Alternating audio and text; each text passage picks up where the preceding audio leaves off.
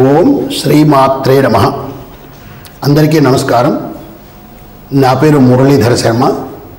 నేను హైదరాబాద్ మణికొండ పుప్పాలగూడ ప్రాంతంలో ఉన్నటువంటి గోల్డెన్ టెంపుల్ వద్ద నివాసం ఉంటుంటాను.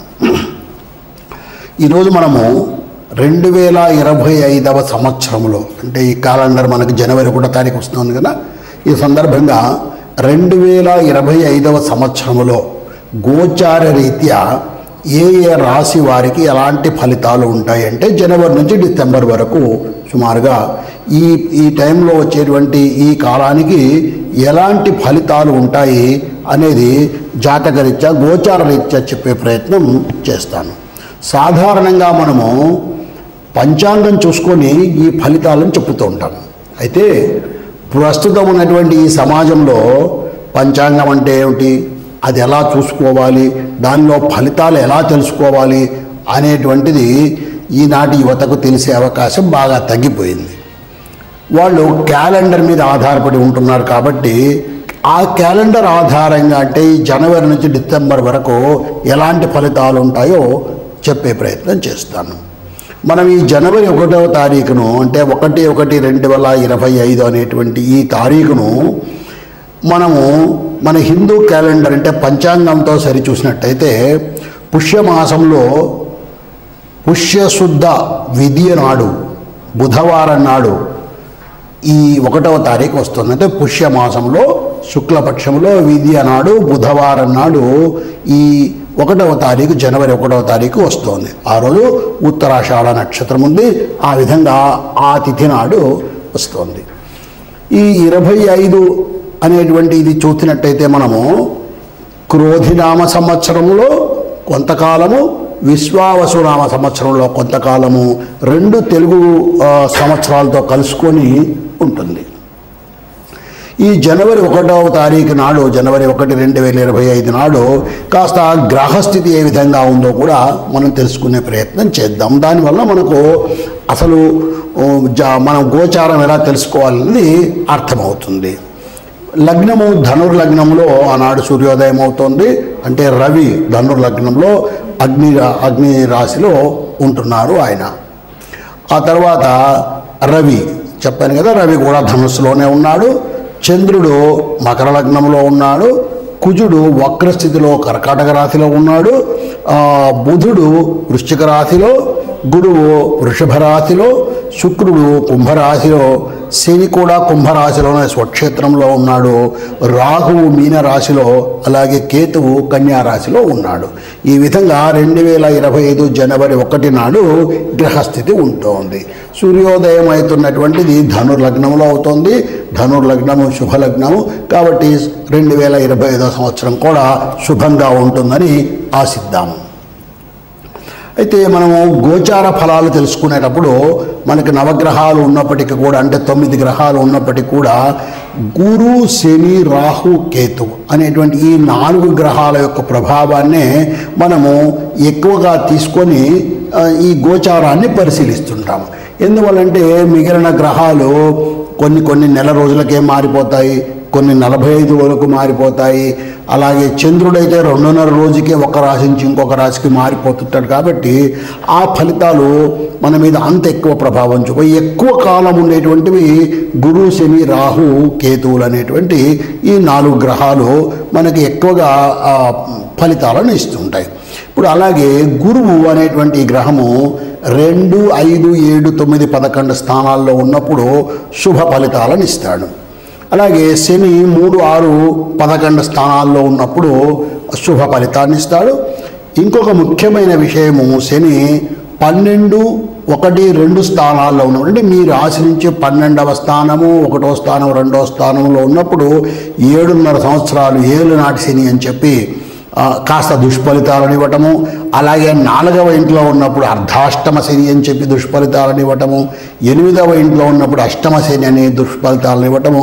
అంటే మనకు ఉన్నటువంటి 12 స్థానాల్లో కేవలం 3, 6, 11 స్థానాల్లో ఉన్నప్పుడు మాత్రమే శని శుభ ఫలితాలను ఇస్తుంటాడు. అలాగే రాహుకేతువులు కూడా 3, 6, 10, 11 స్థానాల్లో ఉన్నప్పుడు మాత్రమే శుభ ఫలితాలను ఇస్తారు. ఈ విధంగా మనకు ఏ గ్రహాలు ఏ స్థానాల్లో ఉన్నప్పుడు ఫలితాలను శుభ ఫలితాలను ఇస్తారో తెలుసుకున్నాం. అలాగే ఇప్పుడు ఈ గురువు శని రాహు కేతు అనేటువంటి వాటిలో వేటిని ప్రభావం చేస్తారో మన జీవితంలో అన్నది తెలుసుకుంటే గురువు చదువు, ధనము, జ్ఞానము, వివాహము, భక్తి, సంపద, సంతానము ఇలాంటి వాటిని గురువు ప్రభావితం చేస్తాడు. అలాగే శని న్యాయము, అన్యాయము, పనిచేసే లక్షణము, మానసికమైనటువంటి ఒత్తిడి, కర్మఫలము, ఆరోగ్యము, ఆయుష్ అనేటువంటి వాటిని శని ప్రభావం చేస్తాడు. ఇక రాహును మనం పరిశీలించినట్టయితే మనకు భ్రమలు కల్పించడము, మానసికమైనటువంటి ఒత్తిడిని కల్పించడము ఇలాంటివి మన ఆరోగ్యాల మీద, ప్రత్యేకించి మానసిక ఆరోగ్యం మీద ఎక్కువ ప్రభావాన్ని రాహువు చేస్తుంటాడు. అలాగే కేతువు మన జ్ఞానాన్ని, మేధస్సును, భక్తి మార్గాన్ని కూడా కేతువు ప్రోత్సహిస్తూ ఉంటాడు, కేతువు సరిచూస్తూ ఉంటాడు. ఈ విధంగా ఒక్కొక్క గ్రహము కొన్ని కారకత్వాలను కలిగి పనిచేస్తూ ఉంటుంది. ఇక మనము గోచార రీత్యా అన్నాం కదా, నేను మీకు కాసేపు ముందు ఏ స్థానాల్లో ఏ గ్రహాలు ఉన్నాయని చెప్పాను కదా. అయితే ఈ గ్రహాలు కాస్త మారుతూ ఉంటాయని కూడా చెప్పాను. ఉదాహరణకు గురువు 14 మే నాడు వృషభ రాశి నుంచి మిథున రాశికి మారుతాడు. అలాగే శని 23 మార్చి 2026 నాడు కుంభం నుంచి మీనరాశికి వెళ్తాడు. ఇక రాహువు మే 20వ తారీఖున మీనం నుంచి కుంభానికి వస్తాడు. వీళ్ళు వక్ర గ్రహాలు, రాహుకేతువులు వక్ర స్థితిలో ప్రయాణం చేస్తూ ఉంటారు. ఈ విధంగా రాహువు 20 మే నాడు మీనం నుంచి కుంభరాశికి వస్తాడు.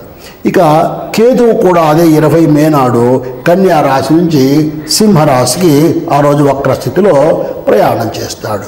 ఈ విధంగా ఈ గ్రహాలు స్థిరంగా ఒకే రాశిలో శాశ్వతంగా ఉండవు. ఆ గ్రహాలకు చలనం ఉంటుంది. ఆ గ్రహాలు ఇందాక చెప్పినట్టుగా చంద్రుడు 2.5 రోజుకు, కుజుడు 45 రోజులకు ఇలాగా మారిపోతూ ఉంటారు. శని 2.5 సంవత్సరాలకు ఒక్కొక్క రాశిని ఇలా మారుతూ ఉంటారు. ఈ మారేటప్పుడు కూడా ఒక రాశి నుంచి ఒక రాశికి మారినప్పుడు మన జన్మరాశి నుంచి వాటి యొక్క స్థానం మారుతుంది కాబట్టి వాటి ఫలితాల్లో కూడా మార్పులు వస్తుంటాయి. ఈ విధంగా ఇప్పుడు మనము ఏ రాశి వారికి ఎలాంటి ఫలితాలు ఉన్నాయో తెలుసుకునే ప్రయత్నము చేద్దాం. ఇప్పుడు మనము కర్కాటక రాశి వాళ్ళకి గోచార రీత్యా 2025వ సంవత్సరం అంటే క్యాలెండర్ ఇయర్ జనవరి నుంచి డిసెంబర్ వరకు సాధారణంగా ఎలాంటి ఫలితాలు ఉండబోతున్నాయి అనేటువంటిది గోచార రీత్యా తెలుసుకునే ప్రయత్నం చేస్తాము.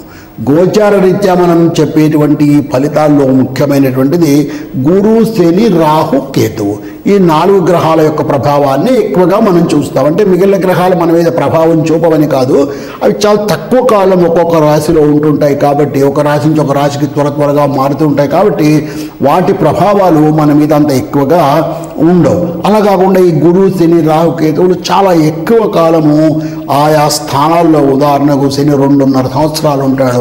ఒకసారి ఒక రాశిలోకి వచ్చినట్టయితే 2.5 సంవత్సరాలు ఒకే చోట ఉండడం వల్ల ఆ శని యొక్క ప్రభావం సహజంగా ఉంటుంది మన మీద. అందువల్ల ఇప్పుడు ఈ కర్కాటక రాశి వాళ్లకు 2025వ సంవత్సరంలో ఎలాంటి ఫలితాలు ఉండబోతున్నాయి ఈ 4 గ్రహాల యొక్క ఆధారంగా తెలుసుకునే ప్రయత్నం చేద్దాము. ముందుగా మనకు గురువు వృషభంలో ఉన్నాడు. వృషభం అంటే కర్కాటక రాశి వాళ్లకు లాభస్థానం, 11వ ఇల్లు. ఈ 11వ ఇంట గురువు శుభగ్రహము అక్కడ ఉంటున్నాడు. మంచిదే, చాలా సంతోషకరమైనటువంటి విషయం. లాభస్థానంలో అక్కడ ఉన్నాడు, ఆయన వృషభ రాశిలో ఉన్నాడు కాబట్టి తప్పకుండా మంచి ఫలితాలను ఇస్తాడు. ఆర్థికంగా ప్రగతి బాగుంది, కుటుంబ సంబంధాలు బాగా ఉంటాయి, స్నేహితుల సహకారంతో కొత్త పనులు, వ్యక్తిగతమైనటువంటి అభివృద్ధి ఉంటుంది, కొత్త పనులు చేస్తారు, బాగుంటుంది.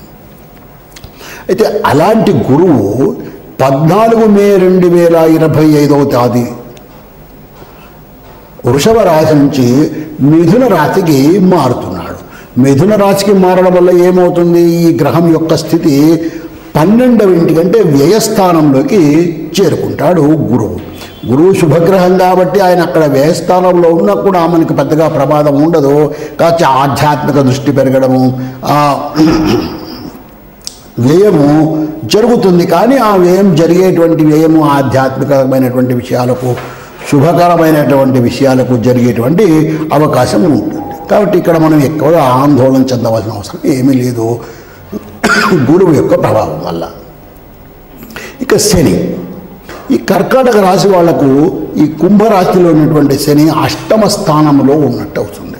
అష్టమ శని అంటారు. అష్ట కష్టాలు పెట్టేటువంటి శనిని అష్టమ శని అయినా. ఈ అష్టమ శని పైగా కుంభంలో శనిలో స్వక్షేత్రంలో ఉంటున్నాడు. అందువల్ల ఆరోగ్య విషయం మీద, ఆర్థిక విషయాల మీద కూడా ఈ కర్కాటక రాశి వాళ్లకు ఈ శని యొక్క ప్రభావము ఉండేటువంటి అవకాశం ఉంది. ఇది 7.5 శని ఒకటి, అర్ధాష్టమ శని ఒకటి, అష్టమ శని ఒకటి, ఈ 3 కూడా ప్రభావం చూపేటువంటివే. ఇప్పుడు ఈ కర్కాటక రాశి వాళ్లకు అష్టమ శని కావడం వలన ఆర్థిక విషయాల్లో, ఆరోగ్య విషయాల్లో కూడా ఈయన తప్పకుండా ప్రభావం చూపుతాడు. కాబట్టి ఇటువంటి శని మనకు అదృష్టం ఏమిటంటే మార్చి 2000 అతి తక్కువ కాలంలోనే అక్కడి నుంచి మారుతూ ఉన్నాడు. అష్టమ స్థానం నుంచి ఇప్పటికే 2 సంవత్సరాల నుంచి ఈ కర్కాటక రాశి వాళ్ళు ఇబ్బంది పడుతున్నారు. ఇంకా మనకు ఆ కష్టాలు కాస్త తగ్గేటువంటి పరిస్థితి వచ్చింది. 29 మార్చి 2025 నాడు ఈ శని కుంభం నుంచి మీనరాశిలోకి వస్తాడు. మీనరాశి అంటే 9వ స్థానం. కర్కాటక రాశి వాళ్లకు 9వ స్థానం, అష్టమ స్థానం నుంచి 9వ స్థానం భాగ్యస్థానంలోకి వస్తున్నాడు. అయితే శని ఇబ్బంది పెడతాడనుకుంటాం, కానీ ఆ ఇబ్బందులు కూడా ఈయన ఇక్కడ పాజిటివ్ సైడ్ పెడతాడు. ఏమవుతుంది, కాస్త బాధ్యతలను పెంచడము, పనిలో ఒత్తిడిని పెంచడము, క్రమశిక్షణను పెంచడము, శ్రమను పెంచడం, ఇలాంటివి చేస్తాడు. కాస్త ఇక్కడ శుభ పరిణామాలు జరిగేటువంటి అవకాశం ఉంది. అష్టమ స్థానం నుంచి 9వ స్థానానికి ఎప్పుడైతే ఈ శని మారుతూ ఉన్నాడో 29 మార్చి 2025 నాడు. ఈ కొద్ది కాలం శని యొక్క ఈ ప్రభావాన్ని తట్టుకోవడానికి ఇప్పటికే 2 సంవత్సరాల నుంచి భరిస్తూ వచ్చారు. ఈ కాస్త మార్చి 2025 వరకు ఈ కాస్త ఈ అష్టమ శని యొక్క ప్రభావాన్ని భరించినట్టయితే మార్చిలో మారుతుంది. ఇక రాహువు వీరికి 9వ స్థానంలో మీన రాశిలో ఉన్నాడు. కర్కాటక రాశి వాళ్లకు మీన రాశిలో భాగ్యస్థానంలో ఉన్నాడు. ఈ రాహువు యొక్క ప్రభావము ఎక్కువగా మనసు మీద, ఆరోగ్యాల మీద, ఇలాంటి వాటి మీద చూపేటువంటి వాడు. కాబట్టి ఈ ఆర్థిక వ్యవహారాలు, ఇది భాగ్యస్థానము అంటే మనకు రావాల్సినటువంటి ఆర్థిక విషయాలు, మన ప్రత్యేకించి తల్లిదండ్రుల నుంచి రావాల్సినటువంటివి లేదా తాత ముత్తాతల నుంచి రావాల్సినటువంటి ఆస్తి విషయాల్లో కాస్త ఇబ్బందులు ఉండడము, ప్రయాణ ఒత్తిడులు పెరగడము, ప్రత్యేకించి రాహువు విదేశీ ప్రయాణాలు కూడా చేయిస్తాడు. ఈ విదేశీ ప్రయాణాలు చేయించడం వల్ల కూడా కాస్త ఆర్థిక సమస్యలు, ఆర్థికపరమైనటువంటి ఒత్తిడి పెరిగి మానసికమైనటువంటి ఒత్తిడి పెరిగే అవకాశం కూడా ఈ రాహువు యొక్క ప్రభావం వల్ల ఉంటుంది. ఇటువంటి ఈ రాహువు 22/2025 అంటే ఫిబ్రవరి 20వ తారీఖున మీనరాశి నుంచి కుంభరాశికి వీళ్ళేంటి, ఈ రాహువు కేతువులు వక్రస్థితిలో ప్రయాణం చేసేటువంటి గ్రహాలు కాబట్టి 9వ ఇంటి నుంచి 8వ ఇంటికి వస్తాడు. ఇక్కడ మనకు కాస్త ఇబ్బందులు కలిగేటువంటి అవకాశం ఉంది. అష్టమ స్థానమైనటువంటి ఈ రాహు అష్టమ స్థానంలో ఉండడం వలన కాస్త ప్రభావం ఎక్కువగా ఉండే అవకాశమే ఉంటుంది. ఎందువల్లంటే అష్టమము ఆయుష స్థానము, అక్కడ ఆయుష స్థానంలో ఈ రాహువు అనేటువంటి ఈ గ్రహం ఉండడం వల్ల కాస్త మనకు ఆరోగ్య విషయాల్లో ఇబ్బందులు కలిగేటువంటి అవకాశము, ఆర్థిక సమస్యలు పెరిగే అవకాశం కూడా ఉంటుంది. కాబట్టి మనము తగిన విషయాల్లో మనము ఈ విషయాల్లో జాగ్రత్తగా తీసుకోవాలి. ఏం చేయాలి అంటే రాహువుకు తగిన ప్రార్థనలు చేయటము, రాహువుకు తగినటువంటి పూజలు చేయటం, ప్రత్యేకించి శివార్చన చేయటం, శివ సహస్రనామాన్ని ప్రతిరోజు చదువుకోవడము, లేదా శివ పంచాక్షరిని వీలైనంతసేపు జపం చేస్తూ ఉండడం, శివుడికి అభిషేకం చేయటము, ఇలాంటి కార్యక్రమాలు చేయటం వల్ల ఈ రాహువు యొక్క ప్రభావం ఏదైతే అష్టమ స్థానంలోకి రాహు వస్తున్నాడో ఆ రాహువు యొక్క ప్రభావాన్ని మనం తగ్గించే అవకాశము ఉంటుంది.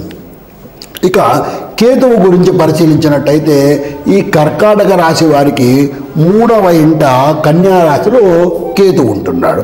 ఈ కేతువు కాస్త అస్పష్టతను భ్రమలు కల్పించేటువంటి గ్రహం కాబట్టి దీనివల్ల కుటుంబ సంబంధాల్లో కాస్త అస్పష్టత ఏర్పడము, అన్నదమ్ముల మధ్య విభేదాలు ఏర్పడము ఇలాంటివి జరిగేటువంటి అవకాశము ఈ కర్కాటక రాశి వాళ్ళకి ఉంది. ఇటువంటి ఈ కేతువు ఫిబ్రవరి 20వ తారీఖున కన్యా రాశి నుంచి సింహరాశి కంటే ధన కుటుంబ స్థానంలోకి వస్తున్నాడు. ఈ విధంగా ఉండడం వల్ల ఈ ధన కుటుంబ స్థానంలోకి ఎప్పుడైతే ఈ కేతువు వస్తున్నాడో కార్తీక ఆర్థిక విషయాల్లో, కుటుంబ విషయాల్లో మరింత ఇబ్బందులు పెరిగే అవకాశం ఎక్కువగా కనపడుతూ ఉంది. ఎందువల్లంటే ఈయన భ్రమలను కల్పించేటువంటి గ్రహం కదా, అందువల్ల ఏమవుతుంది, మనకు ఆర్థిక విషయాలు వీటిలో కూడా కాస్త ఇబ్బందులను కల్పించి ఈ కుటుంబంలో సమస్యలు తీసుకొచ్చి ఇలాంటివన్నీ కూడా జరిగే అవకాశం ఉంది. కాబట్టి కేతువుకు కూడా ఎన్నో పరిష్కార మార్గాలు ఉన్నాయి. వాటిని చూసుకొని తగినటువంటి స్తోత్రాలు చేసుకోవడము, పారాయణాలు చేసుకోవడము, ఇలా చేసుకోవడం వల్ల ఈ కేతువు యొక్క ప్రభావం కూడా మనము తగ్గించుకోవచ్చు. అంటే మొత్తం మీద మనం కర్కాటక రాశి వాళ్లకు పరిశీలించినట్టయితే ఈ అష్టమ శని ప్రభావం నుంచి బయటపడుతున్నారు. కానీ ఈ రాహు కేతువుల యొక్క ప్రభావం వలన ఇంకా కొద్ది కాలం ఈ ఇబ్బందులు ఉండే అవకాశం ఉంది. కాబట్టి ఈ కర్కాటక రాశి వాళ్ళు భగవంతుడి మీద ధ్యాస పెట్టుకొని భగవద్ ధ్యానంతో, భగవద్భక్తితో ఈ ఇందాక నేను చెప్పినట్టుగా శివ పంచాక్షరి పారాయణం చేసుకోవటం, జపం చేసుకోవటము, శివ సహస్రనామాలు చదువుకోవటము ఇలాంటి ప్రయత్నాలు చేయటం వల్ల ఈ కర్కాటక రాశి వాళ్ళు ఈ రాహు కేతు గ్రహాల యొక్క ప్రభావాన్ని కూడా తగ్గించుకొని వాళ్ళ జీవితాన్ని సుఖమయం చేసుకునే అవకాశం ఉంటుంది. ఓం శ్రీమాత్రే నమః.